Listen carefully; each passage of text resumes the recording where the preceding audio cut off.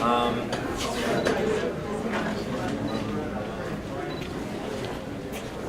okay, so since we're not a lot of people, I just want everybody to say where they're coming from and why they're interested in Google Drive, so I'll know maybe I don't need to do a large introduction to Google Drive. So just each one. Hi, I'm Helen O'Grady from Writing and Rhetoric, and I've done some hit and miss participation with Google Docs, and my students, a number of them already know it. I'm leading from behind. Okay, thank you. C. Yang from the chemistry department. I'm just interested in seeing what is available. Okay. Have you used Google Drive before, Google Doc? Google Doc, yes, okay. But I don't know about Google Drive. Okay, it's kind of the same. Okay, thank you. Yes. Bob Sand, Oceanography, have not used it. Okay. Jim Burns, Mechanical Engineering, and I haven't used Google Drive. Okay. Rob Dambrosco, same thing, mechanical. Just want to be more familiar with it. Okay.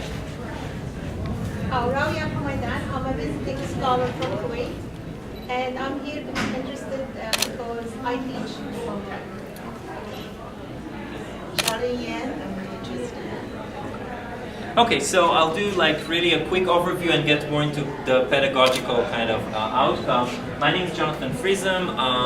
I'm a PhD student in the School of Education. I'm the manager of the Media Education Lab in the Harrington School of Communication and Media.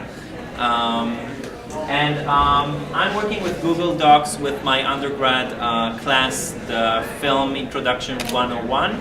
And also I'm doing a workshop with educators to implement technology in their classrooms. So it can vary for different, I'm using social networks like Tumblr, Twitter, and Facebook, and other kind of technology. So today I'm going to talk specifically about the Google Drive. So in 2010, Google introduced Google Doc, which was supposed to fight, in a way, Microsoft's dominancy with Word, and they introduced this documents that can be an Excel, a PowerPoint presentation, a drawing, and a Word document, word processor that can be online in the net. You don't need to download any software for it, in kind of way to fight Microsoft Office. 2012, they changed the name into Google Drive. So if somebody says Google Drive, it's actually Google Doc. The thing is that they merged Google Drive to be like a cloud. So it was fighting also Dropbox. So in a way, Google Drive have all those kind of possibilities to do a word processor, a spreadsheet, a drawing, a presentation, but also it have 5 giga of capacity of any file that you want to do, and you can have it on your computer and share it with other people. So it combined like the Office with Dropbox in a way. So specifically, I'm going to talk about the URI because I mean, all of you are teaching at URI, and your students has a URI ID and a URI email. The URI email is connected to Gmail. So in a way, you just ask your students to log in their URI account, and in that way, you're not opposing your instruction on their Gmail account. So it's on the university account and not on their account. So that can be manageable, and it's not going to their privacy in that sense. So by the way, if you have any question, you can just stop me at any point if you need some clarification. So the idea is that they're logging into their URI account and they're getting the Gmail or the Google Drive interface. So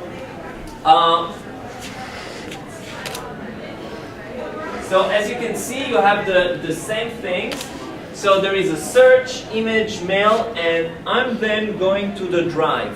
And I'm asking my students to go into the Drive component to see what I'm sharing with them. So that's how my Google Drive looks like with my URI account. But then I can share it with them. I can share it with people who have no Gmail account, people who have Gmail account, and also, of course, my students who have the URI Gmail account. So here you see like different document that I created, and I'm using it mostly for evaluation. So what I'm doing, I have a midterm and a final exam that are on a Google Doc. And there is a specific method that I've been working in the last 2 years for 4 semesters that I created a way to do this kind of exam. Now the idea is that this exam doesn't work on memorizing. So if you're about your students know how to memorize, that's not the right tool to do it. But if you're about collaboration of your students, that's the exact component. Because the idea is that I'm sharing the, as you see here, I have like different, so I have, I'm calling the second analysis the final exam. I have 5 groups of 6 students. I have 30 students in my class. I find out after 2 years that the best amount of students for each document would be 6. So that's like, because more would be too much, less would be not enough to have a collaborative work. So the idea is that the Google Doc that I'm creating,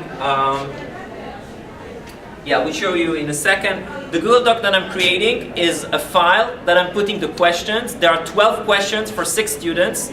They need to figure out how to answer them. Usually they're doing, each one is answering 2 questions, and then they're reviewing each one's question. And at the end, they're getting a mutual grade. So the grade is the same for all the 6 students. And that forces them to work collaboratively. So again, depending on your outcome, I want to teach them how to be engaged, how to collaborate, how to be interested in the topic that I'm teaching them. I'm not about memorizing. And of course, since the exam is online, they can take it in their dorms, in their house. They don't need to be in class. And also, it's like open book, because they can use the internet. And the idea is that they're using it for analysis and not, again, for memorizing the material. I take into account they know the material, but they need to know how to imply this material into different problems that they didn't encounter before. So the options on a Google Doc are, as you see, when you click on Create as the administrator or the person who creates, you have all those different options. I'm using the first 4. I haven't used drawing so far, but I'm going to show you how I'm using the 4 options in my specific class. And again, it can be tweaked to your class and your needs. So I'm going to start with a document that looks like a Word document, but the idea of creating a Google Doc Word is to collaborate. So the idea, that's like how an exam looks like. So for my class, I'm giving them a link to a YouTube video because I'm about movie analysis, and there is now a great tool, since it's like a cloud. You can download a video even with copyright material, because YouTube won't let you. It won't let you upload if it has copyright material. But if you're putting your video in the Google Doc, then you have a YouTube link that is only for you. And so you're not like going... You're not publishing it. Exactly, and you can share it with your students. So if you have like a problem in oceanography and you have a video that's like, I don't know, a report about some kind of a problem, so you can share it with them, and it's closed only for this kind of net, which is very useful.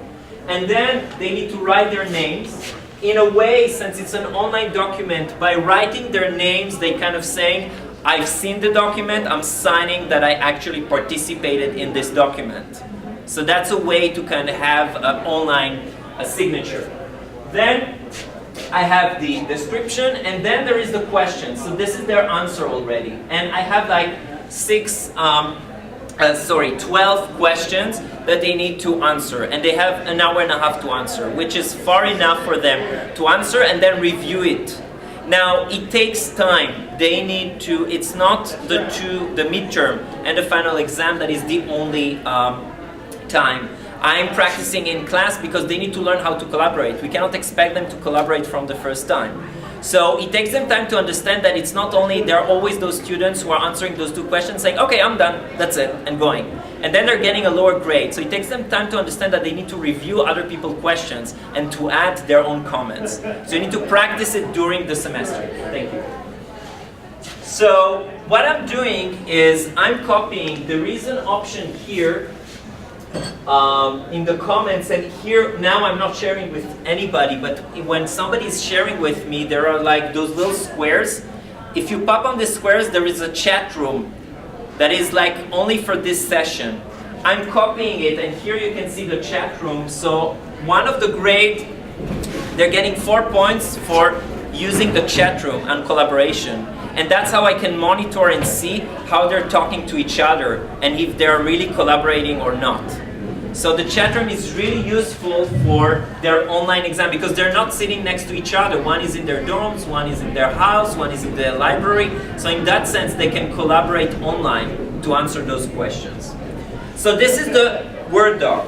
The other option is a spreadsheet that I'm doing with, it can be also for data. So for me, it's a movie analysis, so I have like the pictures and the analysis of it. But you can work with data, with numbers, and you can share this document with different students, and each one can put their own data on it. Like a wiki spaces, you have on the file, you have option to see the history, who added and who did what. So you can monitor what happened in the doc itself, who added and who didn't add it from the 6 partners in the classroom. But your students are not aware of that. Yes, they are. Okay. I'm telling them. They are aware. That's part of the thing, because they need to know that I'm monitoring their collaboration. Okay. Because one can say, oh, I'm part of, but I won't do anything, the professor won't know. No, I'm telling them that I'm going to know, and that in that way I'm engaging this person in the class. Another way is to add photos, and you can share those photos if you have presentations, and then the students are creating their own presentations, and they can share it with the class. So the presentation is like a PowerPoint presentation. And again, so we have a Word document, we have like an Excel, and we have like a PowerPoint. So those 3 tools are available online for our students to use it in their way. So I'm using it to create a storyboard, but you can make them use, it have even some more features than in PowerPoint and in sharing options. So you can use that. The last one is the form. The form is, you can create a survey. So I'm using a survey to evaluate how my students learn during the semester.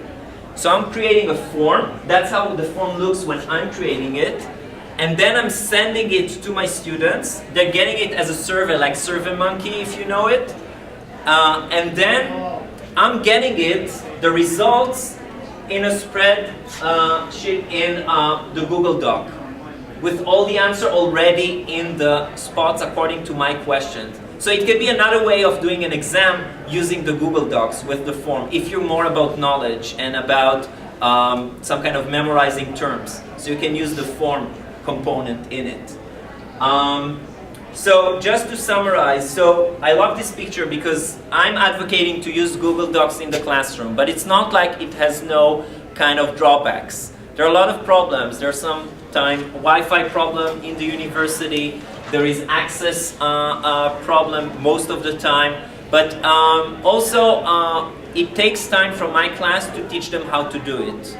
So maybe one of each group know how to do it, but I need sometimes peer learning and to have time in my classroom to actually go with them through each step to show them how to do it.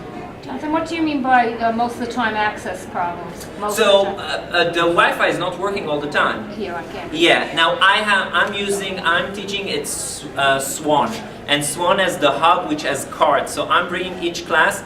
I'm bringing a cart with like 15 computers, and students who have no laptops are taking those computers. I don't know if in your facilities you're working in the computer lab or you have this kind of access. But it's also another problem that each one will have. Some of the students are working on their phone, which is okay if they can reach that and do that.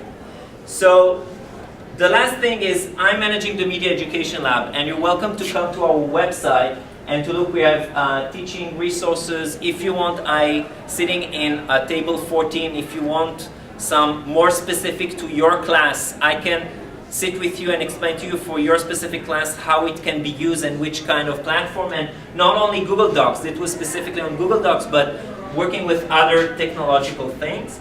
And the last thing is we have a summer institute this summer in July. We have really major key speaker Douglas Rashkov. We have from the university Dr. Julie Caro and Dr. Renee Hobbs will host this Summer Institute, and you're welcome there. You can go online and you can ask me, and I'll show you how to give proposal for doing a presentation in this Summer Institute for Digital Literacy. So you're more than welcome to take part in that, and if you have any questions, so you can ask me. This is the website, this is my contact info, I have my cards here, and I'm in table 14. Thank you very much. Thank you.